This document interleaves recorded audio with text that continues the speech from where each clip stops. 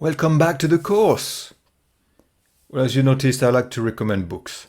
So that's another one for you. When I was working as an executive in a large bank, one morning I saw this small book on my desk. It's called The 1 Minute Manager. And I think it was a smart move from the bank. I really liked the fact that they were trying to bring up the level, and the fact that the book was very, very small, easy to read, concise. I think that also really, really helped.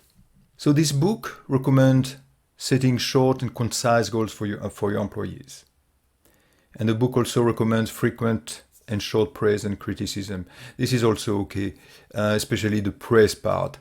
But for me, the key learning point here was to give a goal that can be described with 250 words or less.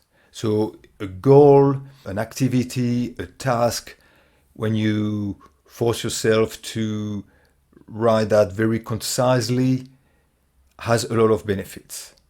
Some people say, yeah, you can just go to the desk and be very concise, but for me, there's nothing like in writing for this.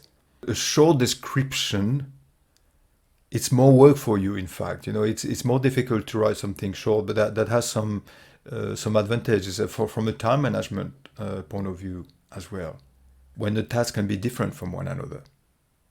Like, for instance, if you always do the same job, can you do 3 of these, 5 of that? Then there is no misunderstanding. The only misunderstanding can be on the number itself. But I think when we don't work on repetitive tasks, it's very important. This will avoid the endless going back and forth to ensure the work is properly done. But I thought you meant that. No, I meant that. Okay, so short, concise, to the point. Now, the twist I like to give to this book, it's not only for managers to give work to their employees. I would also use it for you to, quote unquote, give work to your colleagues. Sometimes there is some dependency between your work and a colleague's work.